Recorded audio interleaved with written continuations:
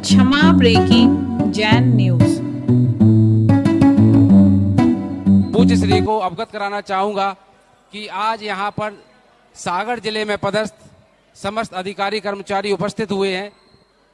महाराज श्री हमारे बीच में राजस्व विभाग से, शिक्षा विभाग से, न्यायालय से, पुलिस प्रशासन, चिकित्सा विभाग, कलेक्टर कार्यालय, अपर कलेक्टर कार्यालय, एसपी ऑफिस, जिला पंचायत, बैंक, सीए, इस प्रकार से समस्त प्रकार से अधिकारी कर्मचारी सपरिवार सहित उपस्थित हुए हैं।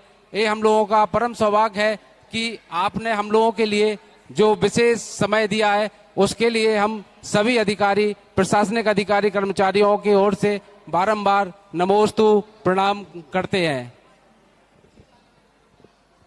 सभी लोगों से निवेदन है कि जिस किसी का भी नाम बोला जाए वो श्रीफल गुरुजी को समर्पित करते हुए, पाद प्रक्षालन करते हुए यहाँ पर आते जाएं।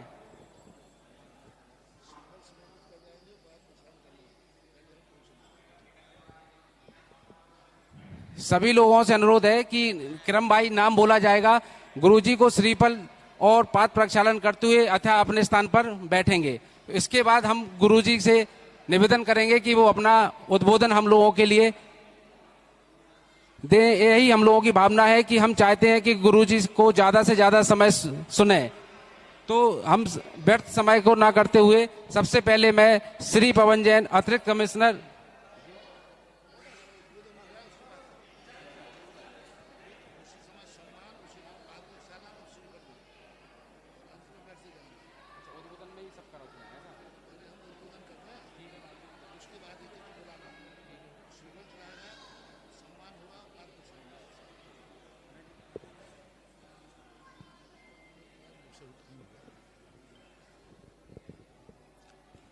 हम लोगों की यही विशेष अपेक्षा है कि हम लोग श्री जी और भी लोग बैठे हुए हैं, तो हम चाहते हैं कि गुरुजी का उद्बोधन हम लोगों को अधिक से अधिक मिले। तो हम लोग श्रीफल बाद में समर्पित करेंगे। तो गुरुजी से सब लोग अपने हाथों को श्रीफल बनाएं और निवेदन करें कि नमोस्तु भगवन, नमोस्तु भगवन, नमोस्तु भगवन। हम लोगों की अपनी कृतज्ञ वाणी से उद्बोधित करने का कष्ट करें। नमोस्तु भगवन, नमोस्तु। जय श्री ओम नमः सिद्धेभ्यः, जय श्री ओम नमः सिद्धेभ्यः। पंच परमेष्ठी भगवान की आचार्य श्री गुरुवर कुंद कुंद महाराज की, आचार्य श्री गुरुवर विद्यासागर महाराज की,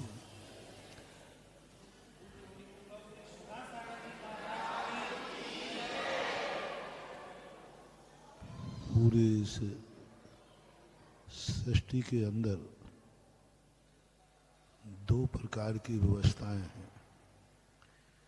एक वह व्यवस्था है जिनमें एक दूसरे की जरूरत नहीं पड़ती,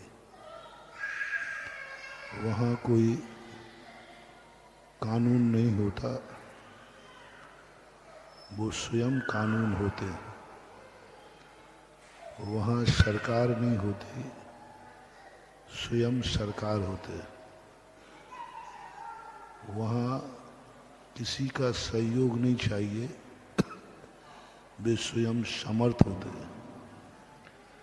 लेकिन दूसरा रूप ऐसा है, जिस कर्म भूमि में अपन बैठे हैं, यहाँ कानून चाहिए, क्योंकि स्वयं का कानून नहीं बन सकता। यहाँ सहयोग चाहिए, क्योंकि पूर्ण समर्थ कोई भी नहीं। यहाँ कोई भी व्यक्ति अकेला नहीं जी सकता, चाहे वो महाराज भी क्यों ना हो। कहीं ना कहीं से एक दूसरे के सहयोग की जरूरत होती है। आज चूंकि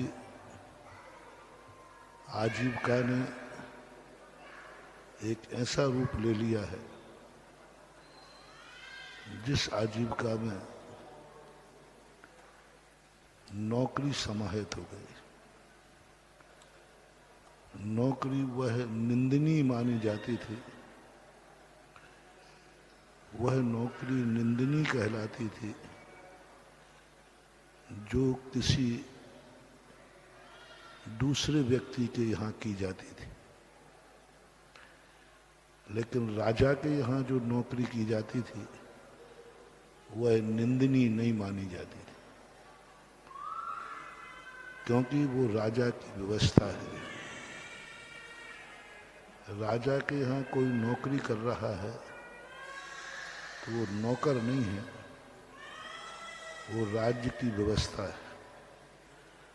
आज वर्तमान में 2 प्रकार की नौकरियां हो रही हैं, दोनों में आजीविका है। एक वह नौकरी है जिसमें मात्र आजीविका है, तुम्हारे लिए कोई अधिकार नहीं है, कोई अधिकार नहीं है, जिसे आप प्राइवेट नौकरी कहते हैं। प्राइवेट नौकरी में आपको काम करना है, वो आपको वेतन देगा। आपको कोई अधिकार नहीं है कि तुम समाज की, धर्म की, परिवार के लिए अपने पद का उपयोग कर सको। वो नौकर ही कहलाता है, कोई उपयोग नहीं कर सकता, क्योंकि वो प्राइवेट है, नौकर है, सेठ की नौकरी है, मालिक की नौकरी। लेकिन जब व्यक्ति राजा की नौकरी करता है तो उसको अधिकार मिलता है, और अधिकार जब मिलता है तो उसको नौकर नहीं कहा जाता, उसे अधिकारी कहा जाता है। क्योंकि हम प्रवचनों में ज़्यादातर नौकरी का विरोध करते हैं, हमारे यहाँ नौकर नहीं सेठ बनो। नौकरी करना ठीक नहीं। लोग इसको समझते हैं कि महाराज जी आप तो नौकरी का निषेध करते हैं और आज तो नौकरी के बिना कुछ चलता ही नहीं है। तो मैं कहता हूँ आप समझो मैं कौन सी नौकरी का विरोध कर रहा हूँ, जिसमें मात्र नौकरी है, अधिकार कुछ भी नहीं है। आप प्राइवेट कंपनी में नौकरी करते हैं, बोलो आपके पास क्या अधिकार है? कोई अधिकार नहीं, समाज की सेवा में कोई अधिकार नहीं। लेकिन जब सरकार की नौकरी करते हो तो सरकार नौकरी के साथ अधिकार देती है, और जब अधिकार मिल जाए तो आप अपने आप को नौकर नहीं मानना, अधिकारी मानना। आज मान लीजिए आप मजिस्ट्रेट बने हैं तो अधिकार है कि नहीं निर्णय करने का, फैसला करने का अधिकार है। आप पुलिस में हैं तो आपको अधिकार है कि नहीं किसी को दंडित करने का, किसी को बचाने का, किसी के जीवन की रक्षा करने का। आप और भी किसी पद पर हैं तो जब तुम्हें नौकरी के साथ अधिकार दिया जाए तो तुम्हारी जिम्मेवारी बढ़ जाती है कि तुम नौकर ही नहीं हो, अधिकार होने से तुम मालिक भी हो। मालिक किसे बोलते हैं? जिसमें किसी की जिंदगी उसके हाथ में है। वो चाहे तो उसको दुखी कर दे, वो चाहे तो उसे सुखी कर दे। तो अधिकार जब मिलता है तो अधिकारी की हैसियत से आज जो अमित बाबू ने बुलाया था, तो आज हमारे सामने हम कभी नौकरों को नहीं बुलाते, और तुम नौकर आए होते तो मैं यहाँ आता भी नहीं। मैंने तो अधिकारियों को बुलाया है। और अधिकार को बुलाने का अर्थ होता है तुम्हारे हाथ में बहुत कुछ है, बहुत कुछ है।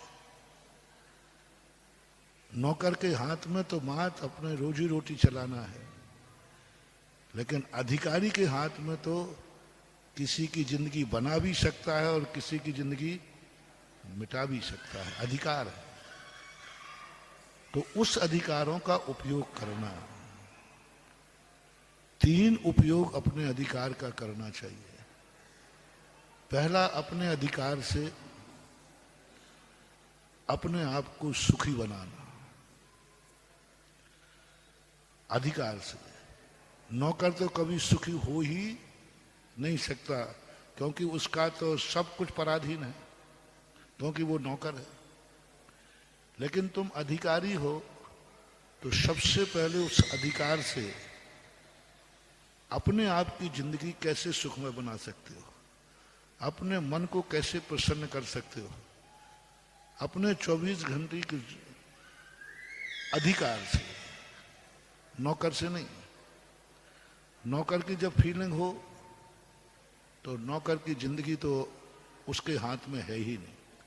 लेकिन जब तुम्हें अनुभूति हो कि हम अधिकारी हैं, हमारे पास ये अधिकार है, तो अपने आप को कैसे सुरक्षित करें, अपने हाथ में हमें कैसे मलकियत की अनुभूति हो।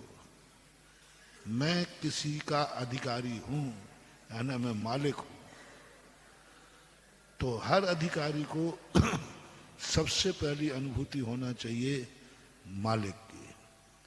जैसे हम मुनि महाराज हैं, तो सबसे पहली अनुभूति हमें 24 घंटे रखना है, उठते बैठते बोलते खाते पीते मैं मुनि हूं। यदि ये अनुभूति नहीं रहेगी तो गड़बड़ हो जाएगी। हमें हर चीज में अनुभूति रखना है। आपने नमोस्तुर किया, हमें क्या अनुभव आना चाहिए? मैं मुनि हूं। आशीर्वाद देना कि हाथ मिलाना है या नमस्ते करना? तो हमें उस समय क्या अनुभूति में आएगा? मैं मुनि हूं, मैं चल रहा हूं। चलते समय हमें अनुभूति में आना चाहिए मैं मुनि हूं, देख के चल रहा है। अभी उठूंगा तो मुझे अनुभव में आना चाहिए मैं मुनि हूं, तुरंत पीछे ढूंढूंगा। और मुनि की अनुभूति नहीं हुई तो उठ के यूं चल दूंगा।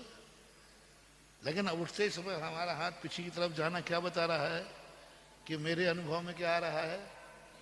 मैं मुनि हूं, मुझे पीछे उठा के चलना है।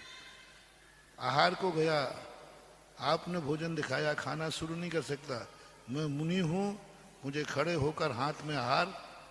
तो ये सबसे बड़ी चीज अपनी जिंदगी का है जो मैं स्वयं का आनंद बता रहा हूं। तुम क्या हो, क्या इसकी अनुभूति तुम्हें है? तुम क्या हो, उस अधिकार की अनुभूति तुम्हें है? और उस अधिकार की यदि अनुभूति तुम्हें हो रही है, बस वही आनंद अधिकारी बनने का है। बाकी नौकर तो हो ही, बाकी नौकर तो है ही, वो तो वेतन तो मिल रही है।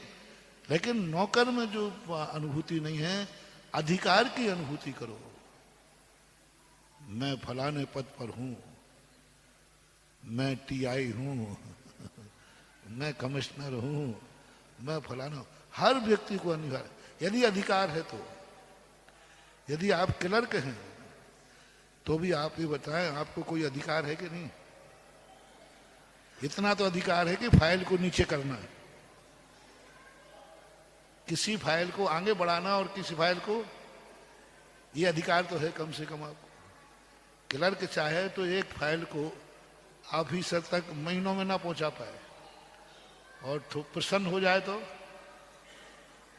जल्दी भेज सकता है। ये अधिकार कहलाता है कि मेरे पास एक एप्लीकेशन को रोकने का अधिकार है। मैं उस पर टिप्पणी लगा दूं तो वो एप्लीकेशन रुक जाएगी। तो वो क्लर्क भी है तो उस समय नौकरी की अनुभूति ना करे। मुझे एक एप्लीकेशन को रोकने का अधिकार है, वो अनुभूति हमें आना चाहिए।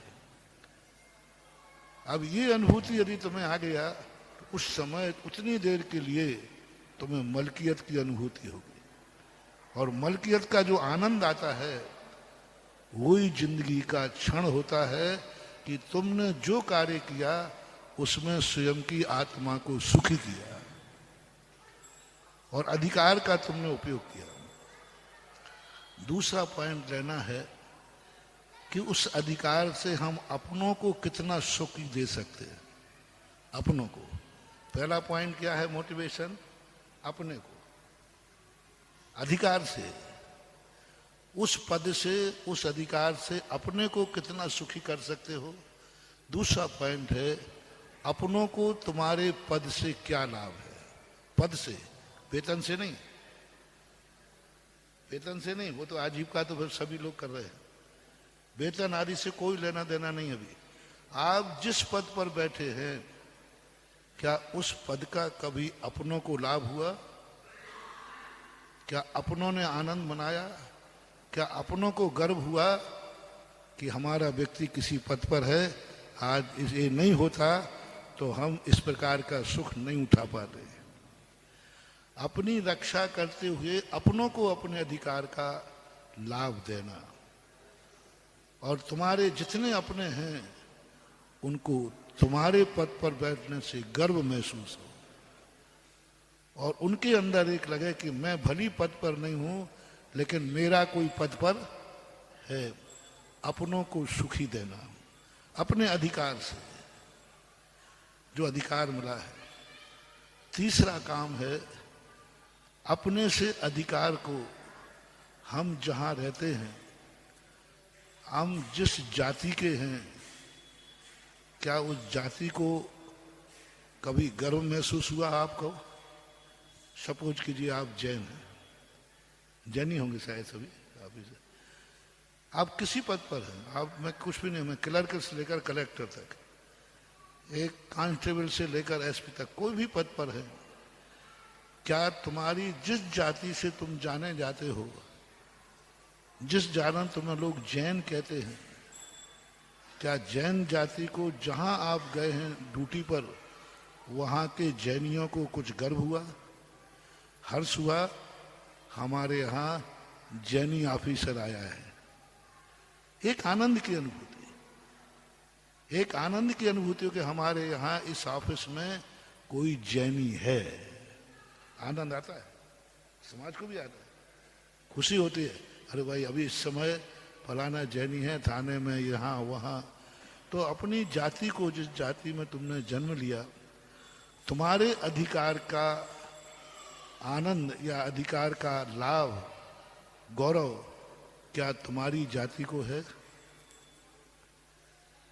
वो तीसरा पॉइंट तुम्हारा है। चौथा पॉइंट आपका मोटिवेशन है कि आप जिस धर्म को मानते हैं, जिस भगवान को मानते हैं, जिस गुरु को मानते हैं, जिस शास्त्र को मानते हैं, क्या आपके अधिकार का उपयोग कभी आपके धर्म के काम आया? अनधिकृत नहीं कह रहा हूं, गलत उपयोग नहीं, अधिकार के। क्या हम अपने अधिकार के उपयोग का, हम यदि इसमें हैं और धर्म और धर्मात्मा के ऊपर कोई, और मैं अपने अधिकार से धर्म का सहयोग कर सकता हूं, अधर्म का नहीं, अनीति से नहीं, गलत ढंग से नहीं, अधिकृत जो कानून है, जो आपको अधिकार मिला है, क्या उस अधिकार का लाभ आपके द्वारा कभी आपके धर्म को हुआ? क्या धर्म को खुशी हुई कि आज हमारे धर्म को पालन करने वाला इस ओहदे पर बैठा है, अब धर्म सुरक्षित है? किसको निर्भय कर दिया तुमने? धर्म को। धर्म और धर्मात्मा दोनों निर्भय हो गए, बोले कोई बात नहीं, इस समय हमारे यहाँ ऑफिसर जैन है, धर्म को कोई खतरा नहीं है। ऐसी अनुभूति यदि हमने अपने अधिकार से धर्म को करा दी, और धर्म को मानने वाले जो तुम्हारे धर्मात्मा गुरु आदि हैं, वो निडर हो गए, कोई डरने की बात नहीं है। कार्यक्रम कर रहे हैं, कहीं इस कार्यक्रम में विघ्न डाल दे तो, बोले कोई डरने की नहीं है, अभी इस समय जैन ऑफिसर है। यदि ये चर्चा तुम्हारे द्वारा, तुम्हारे अधिकार के द्वारा गुरु के मन में ये भाव आ गया कोई डरने की जरूरत नहीं। इस समय मजिस्ट्रेट जैनी है, अन्याय नहीं होगा। वैसे डर है कि कुछ गलत हो सकता है, लेकिन धर्मात्मा ने क्या कह दिया, कोई विकल्प नहीं है। इस समय जैनी पद पर बैठा हुआ है। यदि ये अनुभूति तुम्हारे गुरु को, तुम्हारे भगवान को, तुम्हारे मंदिर को, तुम्हारे धर्म को आ गया, तो जाओ, तुम्हारी नौकरी नहीं, तुमने अपने अधिकार को सफल कर लिया। तो आज सभी ऑफिसर्सों के लिए ये 4 पॉइंट होमवर्क में। पहला आप नौकर तो हो सो रहोगे, कर्मचारी की कोटि में तो आप आते हो, तो उसको तो मैं कुछ कर नहीं सकता, वो तो एक हमारी मजबूरी है। नौकरी करना हमारी मजबूरी है, नौकरी करना हमें जरूरी है, क्योंकि उसके बिना नहीं। लेकिन जब अधिकृत नौकरी मिले जिसके साथ अधिकार हो, और सरकार की प्रत्येक नौकरी अधिकृत होती है। चौकीदार है तो उसको भी कोई अधिकार है, सरकारी चौकीदार भी है तो वो अंदर ही नहीं जाने देगा, क्या करोगे? तो आप लोगों का एक सरकार के नौकर होने के नाते एक अधिकारी की अनुभूति करो, और 4 लोगों को अपने अधिकारों से लाभान्वित करना है, और 4 लोगों का आपका आनंदित कर दिया, तो इससे बड़ा वरदान और आशीर्वाद दूसरा हो नहीं सकता। इसमें मैंने भी अपना आशीर्वाद दे दिया है, लेकिन कब दिया? जो जिस पद पर है, और मुझे कभी अनुभूति हो जाए, यहां कोई चिंता की बात नहीं, पटवारी अपनी है। क्योंकि जमीन नापना थी, मान लीजिए, तो इतना सा भाव आया समाज में या गुरु को, कोई बात नहीं, पटवारी कौन है? जैन है, बदमाशी नहीं हो पाई। पटवारी बैठे होंगे शायद नहीं बैठे हो, तहसीलदार तो बैठे होंगे। इतनी अनुभूति हो गई, कोई चिंता नहीं है, तहसीलदार जैन है। तो ये सबसे बड़ा आशीर्वाद है। ये आशीर्वाद कोई मायना नहीं रखता, ये तो सबको मिलता है। ये आशीर्वाद तो अभी कोई अजैन भी आ जाए तो हम उसको भी आशीर्वाद, ये आशीर्वाद तो सबको मिलता है। लेकिन जो आनंद का आशीर्वाद होता है, अधिकार का, वो हर अधिकारी को मैं कहता हूं, आपको अपने गुरुओं से वो अधिकार का आशीर्वाद जरूर लेना है। वो तुम्हें आशीर्वाद नहीं है, वो किसका आशीर्वाद है? अधिकार का आशीर्वाद। और अधिकार पर जो आशीर्वाद मिलता है, उसके अधिकार बढ़ते बढ़ते बढ़ते एक दिन चक्रवर्ती तक पहुंच जाता है। अधिकार का आशीर्वाद लेना है, और वही अधिकार गुरु से, वही अधिकार समाज से, वही अधिकार अपने परिवार से, और वही अधिकार अपनी खुद की आत्मा से। इसलिए पहले मैंने आपको स्वयं को कह दिया, क्या आप अपने अधिकार से कभी नींद की, सुख की नींद सो पाए? कि मेरे पास एक अधिकार है, कोई चिंता की बात नहीं है, कोई विकल्प की बात नहीं है। तो सभी ऑफिसर्सों के लिए मेरा आज नमोस्तु का आशीर्वाद नहीं, मानव का आशीर्वाद नहीं, आज सभी के लिए, आपके अपने अपने अधिकारों के लिए मेरा आशीर्वाद है। ओम शांति।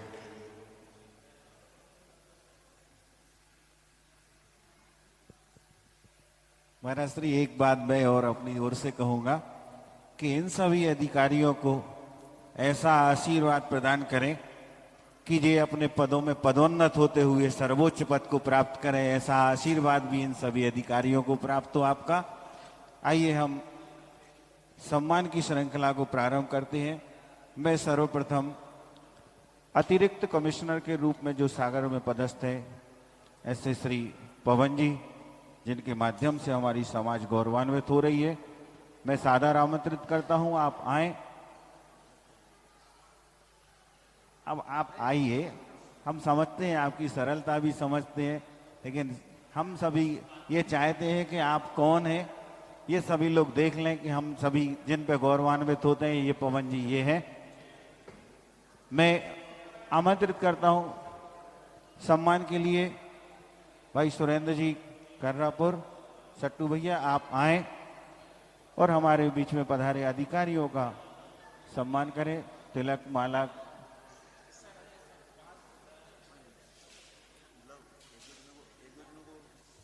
श्री पवन जी के बाद में आयुर्वेदिक चिकित्सक के रूप में अपनी सेवाएं प्रदान करने वाले हमारे गौरव श्री डॉक्टर सौरभ जी भारेल मैं सम्मान सहित आमंत्रित करता हूं, आप आए। पूज्य मुनिश्री के चरणों में श्रीफल समर्पित कर आशीर्वाद प्राप्त करें, पाठ प्रक्षालन करें। उसके बाद हमारा ये गौरव सम्मान स्वीकार करें। इसी क्रम में भाग्योदय तीर्थ चिकित्सालय में चिकित्सक के रूप में अपनी सेवाएं प्रदान करने वाले श्री डॉक्टर सौरभ जी जैन, डॉक्टर सौरभ जी जैन। अगले क्रम में जनसंपर्क अधिकारी के रूप में पदस्थ श्रीमती सौम्या जी। और आपसे एक निवेदन करूंगा कि हमारे समाज के गौरव जब यहाँ सम्मानित होते हैं, आप अपनी करतल ध्वनि के माध्यम से भी इन्हें सम्मानित करते जाएं।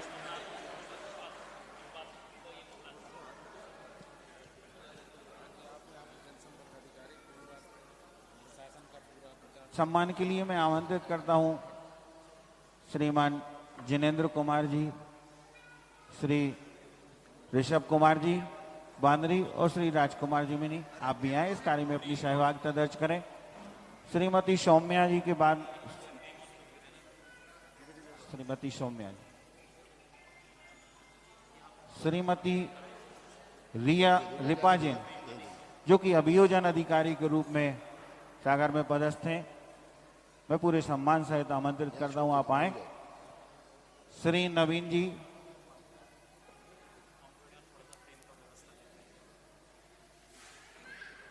श्रीमती दीपा के सम्मान के लिए मैं आमंत्रित, हाँ, श्री नवीन जी जो कि थाना प्रभारी के रूप में थाना कोतवाली में पदस्थ हैं, श्री नवीन जी। नवीन जी के बाद मैं आमंत्रित करता हूं श्री आदेश जी जैन,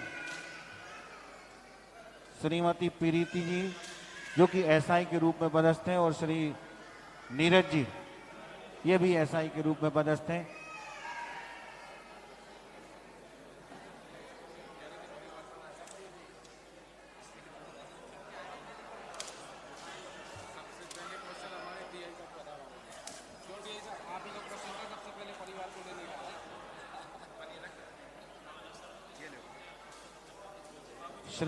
श्री नीरज जी के बाद में श्री अभिनव जी जो कि लोक सेवा प्रबंधक के रूप में सागर में पदस्थ हैं।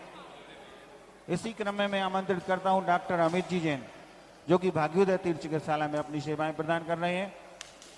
डॉक्टर अमित जी जैन।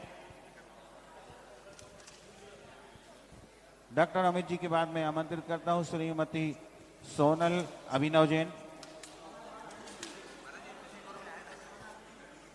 श्री नवीन जी जैन जो कि कलेक्टर कार्यालय सागर में पदस्थ हैं, श्री नवीन जी जैन।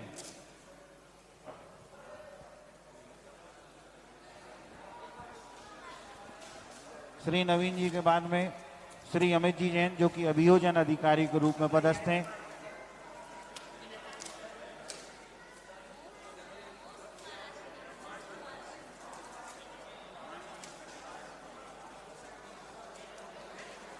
सम्मान के लिए मैं आमंत्रित करता हूं सम्मान करने के लिए श्री संतोष जी बिलेरा और श्री नीटू जी, अजित जी नीटू, आप भी आए और हमारे बीच पधारी अधिकारी को सम्मान करें। इसी क्रम में मैं आमंत्रित करता हूं श्रीमती आकांक्षा जी जो कि शिक्षिका के रूप में अपनी सेवाएं प्रदान कर रही हैं वापस। श्रीमती आकांक्षा जी, नहीं अभी नहीं, अभी नहीं। अभी से चल जाए। श्रीमती लोग आकांक्षा आएंगे के बाद में श्रीमती स्वाति जी, जो कि आईजी ऑफिस में पदस्थ हैं। श्रीमती स्वाति जी,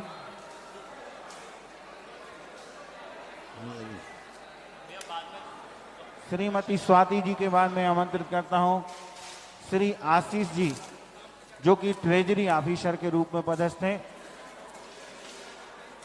श्री आशीष जी, आशीष जी के बाद में आमंत्रित करता हूं श्री सिद्धार्थ जी, श्री सिद्धार्थ जी, जो कि कलेक्टर कार्यालय में पदस्थ हैं।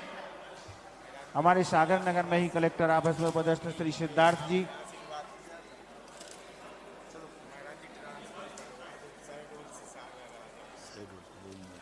सिद्धार्थ जी के बाद में आमंत्रित करता हूं श्री चंद्रकांत जी,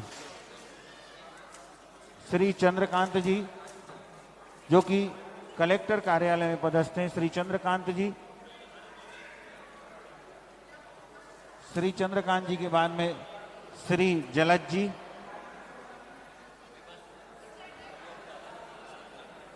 जलज जी, जो कि कलेक्टर जिला निर्वाचन कार्यालय में पदस्थ हैं। श्री जलज जी के बाद में श्री अंकित जी, जो कि आबकारी निरीक्षक के रूप में पदस्थ हैं। श्री अंकित जी,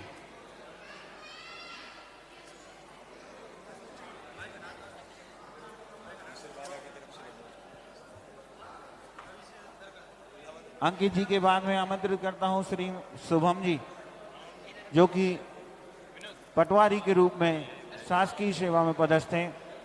श्री शुभम जी, शुभम जी के बाद में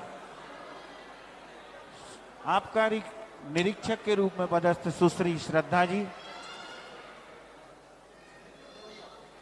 सुश्री श्रद्धा जी,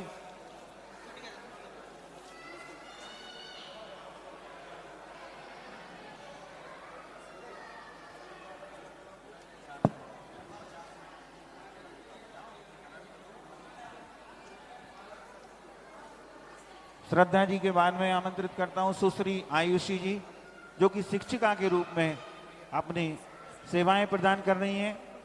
सुश्री आयुषी जी, आयुषी जी के बाद में श्री प्रिंस जी, श्री प्रिंस जी के श्री जो कि assistant manager DITC,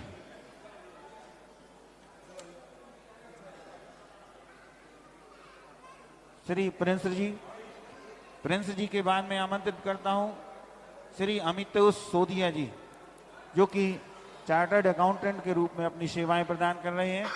Shri Amitosh सोदिया जी, अमितोष सोदिया जी के बाद में श्री प्रिंस सिंघई जी, जो कि GST इंस्पेक्टर के रूप में सेवाएं प्रदान कर रहे हैं, हमारी समाज को गौरवान्वित कर रहे हैं। श्री प्रिंस सिंघई जी,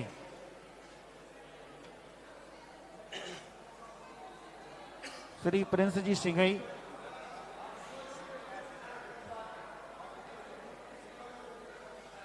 प्रिंस जी सिंघई के बाद में श्री विवेक जी, श्री विवेक जी, जो कि बैंक ऑफिसर के रूप में हमारी समाज को गौरवान्वित कर रहे हैं।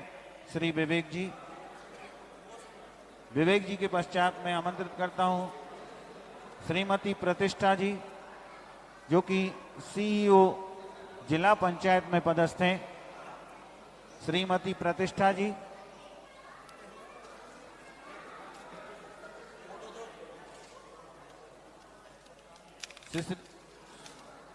श्रीमती प्रतिष्ठा जी के बाद में सुश्री निधि जी, जो कि जिला रजिस्ट्रार में पदस्थ हैं, रजिस्ट्रार के रूप में सुश्री निधि जी। सम्मान करने के लिए मैं आमंत्रित करता हूं भाई प्रशांत जी शानोदा, श्री सौरभ जी कमकुआ, श्री आशीष जी पटना, आप आए। प्रशांत जी शानोदा, हमारी आवाज पहुंच रही हो, अंकुश जी बहिरिया, श्री सौरभ जी भयंकर, आप भी आए और इस सम्मान के इस कार्य में अपनी सहभागिता दर्ज करें। श्री सौरभ जी जो कि पटवारी के रूप में पदस्थ हैं, मैं आमंत्रित कर रहा हूं श्री सौरभ जी जैन। इसी क्रम में श्रीमती अंकिता जी जो कि पटवारी के पद पर पदस्थ हैं। श्री अनिमेश जी जो कि चार्टर्ड अकाउंटेंट के रूप में हमारे अपनी सेवाएं प्रदान कर रहे हैं। श्री मृदुल जी जो कि भाग्योदय फार्मेसी कॉलेज में अपनी सेवाएं प्रदान कर रहे हैं। श्री मृदुल जी,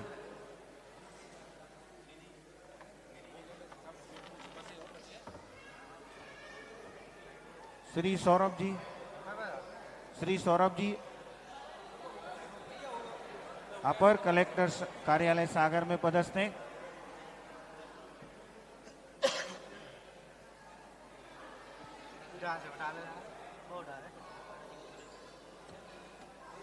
सम्मान करने के लिए मैं आमंत्रित करता हूं प्रशांत जी गोपालगंज, श्री शुभम गुल्ली, श्री विनीत मोदी और पराग जी स्टूडेंट, आप आए और हमारे इस बीच पधारे इन अधिकारियों का सम्मान करें।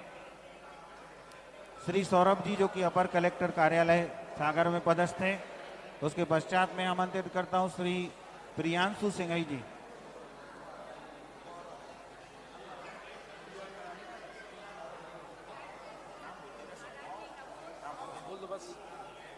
श्री प्रियांशु सिंघई जी अकाउंटेंट ई गवर्नमेंट। श्री अनुभव जी पटवारी के रूप में पदस्थ हैं। श्री आस्था जैन जो कि एसआई के रूप में पदस्थ हैं। अमृता जी जो कि बागवानी विभाग में पदस्थ हैं। श्री राजेश सिंघई जी जो कि सेंट्रल बैंक इंडिया में पदस्थ हैं। श्री डॉक्टर नीलेश जी जो कि बीडीएस हैं। डॉक्टर पूजा जी बीडीएस। श्री मयूर जी जैन जो कि राजस्व विभाग में पदस्थ हैं।